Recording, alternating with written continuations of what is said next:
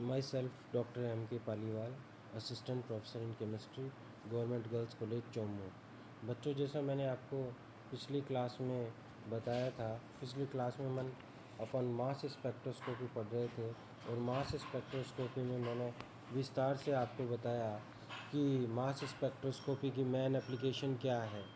Mass spectroscopy की जो main application है वो एलिमेंटल डिटेक्शन और मॉलिक्यूलर वेट डिटर्मिनेशन है। और उसके बेसिक प्रिंसिपल में मैंने आपको बताया था कि इस टेक्निक में हम क्या करते हैं कि हम जो है हाई एनर्जेटिक इलेक्ट्रॉन्स, लगभग 70 इलेक्ट्रॉन वोल्ट के जो हैं इलेक्ट्रॉन कंपाउंड या सैंपल पे बम्बार्ड करवाते हैं और आयनाइजेशन चैम्बर में उसका जो है आयनाइजेशन होता है और उससे जो होता है वो जो कंपाउंड होता है वो फ्रेगमेंटेशन में कन्वर्ट हो जाता है। कैटाइन बनते हैं, कैटाइन रेडिकल बनते हैं, एनाइन बनते हैं, एनाइन रेडिकल बनते हैं। और इस प्रकार से जो है कई स्पीसीज जनरेट होती हैं। अब इन स्पीसीज़ के जनरेट होने से सिर्फ जो पॉजिटिवली चार्ज बेरिंग स्पीसीज है वही मास स्पेक्ट्रोफोटोमीटर में डिटेक्ट हो सकती हैं। मैंने आपको ये बताया था। अब देखिए, इसमें मैंने आपको ये भी बताया था कि दो तरह की मुख्य रूप से इसमें पीक होती हैं, एम प्लस पीक और बेस पीक। और बेस पीक जो होती है वो मोस्ट अबेंडेंट पीक होती है, जबकि एम प्लस पीक जो होती है वो होती है highest M by E value वाली। ऐसा करके मैंने फिर मैक लेफर्टी रीअरेंजमेंट बताया था कि मैक लेफर्टी रीअरेंजमेंट क्या होता है। मैक लेफर्टी रीअरेंजमेंट में मैंने बताया था कि गामा हाइड्रोजन ट्रांसफ़र होके बीटा बॉन्ड ब्रेक हो जाता है। इस प्रकार से हमने बताया। और फिर हमने मास स्पेक्ट्रा पढ़ा अलग अलग कंपाउंड्स का मास स्पेक्ट्रा पढ़ा, जिसमें मैंने आपको alkenes, alkynes, alcohols, aldehyde, ketone, ester, amides, alkane, nitriles, amines, इन सब के बारे में बताया। आज हम जो है पढ़ेंगे वो नेक्स्ट कंपाउंड्स के बारे में पढ़ेंगे कि नेक्स्ट कंपाउंड्स में कैसे कैसे जो रेडिकल कैटाइन बनते हैं और उसका मास स्पेक्ट्रा किस प्रकार का आता है। तो सबसे पहले हम बात करते हैं कार्बोक्सिलिक एसिड में जो मास स्पेक्ट्रा होता है उसमें सबसे पहले अपन क्या करते हैं, पॉसिबिलिटी ऑफ मैक लेफर्टी रीअरेंजमेंट देखते हैं और फिर देखते हैं कि उसकी बेस पीक क्या होती है। सामान्यतः जो कार्बोक्सिलिक एसिड होते हैं उसमें एक COO प्लस की जो है वो करेक्टरिस्टिक पीक मिलती है 45 पर। एम बाई ई की वैल्यू जो होती है उसकी 45 होती है। तो उससे अपन ये आइडेंटिफाई कर सकते हैं कि हमारे पास जो कंपाउंड है वो कार्बोक्सिलिक एसिड है। सामान्यतः जो कार्बोक्सिलिक एसिड होते हैं उसमें 3 प्रकार के फ्रेगमेंट मिल सकते हैं, RCO plus, COO plus, RCOO plus. ये 3 प्रकार के होते हैं, पर इसकी जो करेक्टरिस्टिक पीक होती है वो COO प्लस की होती है और वो 45 एम बाई ई वैल्यू पर मिलती है। फिर देखिए एरोमेटिक कंपाउंड्स की बात करते हैं। एरोमेटिक कंपाउंड्स जो होते हैं वो aromatic system shows intense M plus peak which may be appear as a base peak. Base peak मैंने बताया था, बेस पीक क्या होती है, मोस्ट अबंडेंट पीक होती है जिसकी हाईएस्ट इंटेंसिटी होती है। Most abundant peak and has highest intensity. तो ये जो एम प्लस पीक होती है ये बेस पीक के रूप में प्राप्त होती है। These compounds also shows intense M plus one peak, ये एम प्लस वन पीक भी मिलती है। अब देखिए अपन एग्जाम्पल बात करते हैं। पहला एग्जाम्पल, इसमें क्या होता है, बेंजीन के साथ CH2R ग्रुप जुड़ा हुआ होता है। तो इसमें इलेक्ट्रॉन का बम्बार्डमेंट करते हैं तो हमारे पास CH2 प्लस जो है बेंजीन रिंग पर लगा हुआ मिलता है। इसको अगर अपन बाद में करते हैं तो ये ट्रोपाइलिन जो कैटाइन होता है उसके रूप में कन्वर्ट हो जाता है और इसकी जो बेस पीक होती है वो एम बाई ई जो है 91 पे प्राप्त होती है। ये जो पीक होती है ये बहुत इंपॉर्टेंट पीक होती है। मुख्य रूप से ट्रोपाइलियम जो है वो 91 अगर आ गया तो इसका मतलब ट्रोपाइलिन कैटाइन आवश्यक रूप से है। अब अपन बेंजोइल अल्कोहल की बात करते हैं। नेक्स्ट, बेंजोइल अल्कोहल का अपन इलेक्ट्रॉन बम्बार्डमेंट करते हैं तो हमारे पास जो दिया हुआ है ये वाला आपको क्या मिलता है, कैटाइन रेडिकल मिलता है।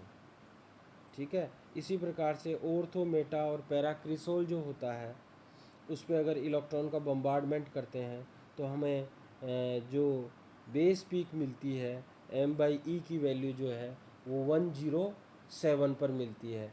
और ये जो होता है वो हाइड्रोक्सी ट्रोपाइलियम कैटाइन की बेस पीक होती है। किसकी? हाइड्रोक्सी ट्रोपाइलियम कैटाइन, इसकी पीक होती है। और ये ऑर्थो, मेटा और पैराक्रिसोल से हमारे को प्राप्त होती है। Anthracene and naphthalene shows M plus peak as a base peak. M plus peak जो होती है वही बेस पीक होती है इसमें, यानी कि वो उसकी हाईएस्ट जो है m/e वैल्यू भी होती है और वो मोस्ट अबंडेंट और उसकी इंटेंसिटी भी मैक्सिमम होती है। इसलिए हमारे को उसको अपन बेस पीक ही कहते हैं, एम प्लस पीक। अब मल्टीपल चार्ज स्पीसीज में also create in aromatic system.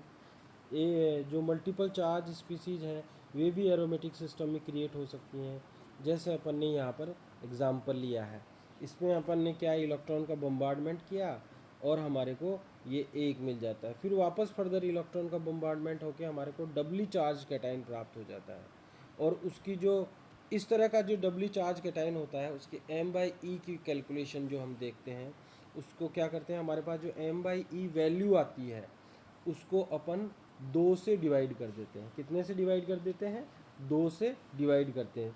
और डिवाइड करने के बाद जो हमारे पास आती है वैल्यू वही क्या होती है, m/e की वैल्यू होती है। अब अपन नेक्स्ट बात करते हैं,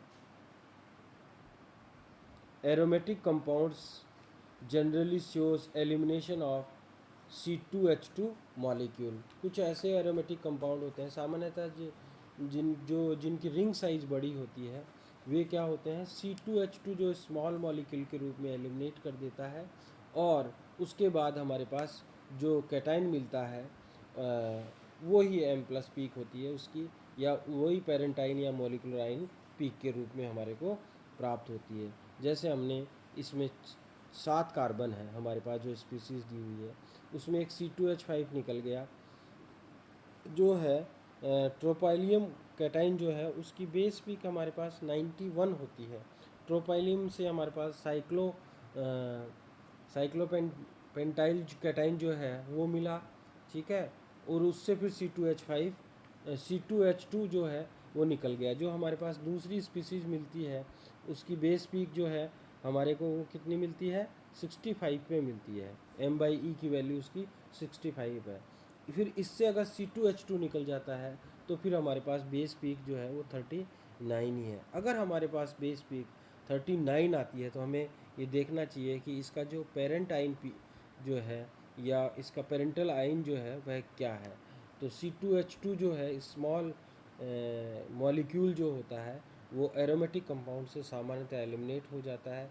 और अगर हमारे को इस प्रकार से 3 पीक जो है प्राप्त हों हमारे पास अगर m/e की वैल्यू, तो हम कह सकते हैं कि इसका जो ओरिजिनल मॉलिक्यूल है वो दूसरा है। अब देखिए ऑर्थो, नेक्स्ट जो बहुत इम्पोर्टेंट बात है, ये जो नेक्स्ट मैं बात कर रहा हूँ वो बहुत इम्पोर्टेंट है। Ortho effect is also observe in some cations, जो जिनमें जो ओ जिन कंपाउंड्स होते हैं जिनमें ऑर्थो पोजीशन पर ऐसे ग्रुप जुड़े हुए हैं होते हैं जो जिनसे स्मॉल मॉलिक्यूल जो है वो निकल सकते हैं। तो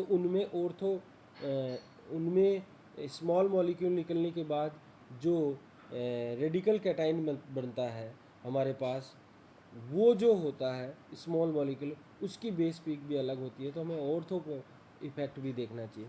मतलब बात ये होगी कि ऐसे एरोमेटिक कंपाउंड जिनमें ऑर्थो पोजीशन पर 2 ऐसे ग्रुप जुड़े हुए हैं जिनसे स्मॉल मॉलिक्यूल निकल सकता है, उन कंपाउंड्स में हमारे को उनके निकलने के बाद m/e की जो है या m पीक है या जो पेरेंटाइन पीक है या जो मॉलिकुलर आइन पीक है वो हमारे को उस स्मॉल मॉलिक्यूल के निकलने के बाद जो बचा हुआ कंपाउंड होता है उसकी प्राप्त होती है।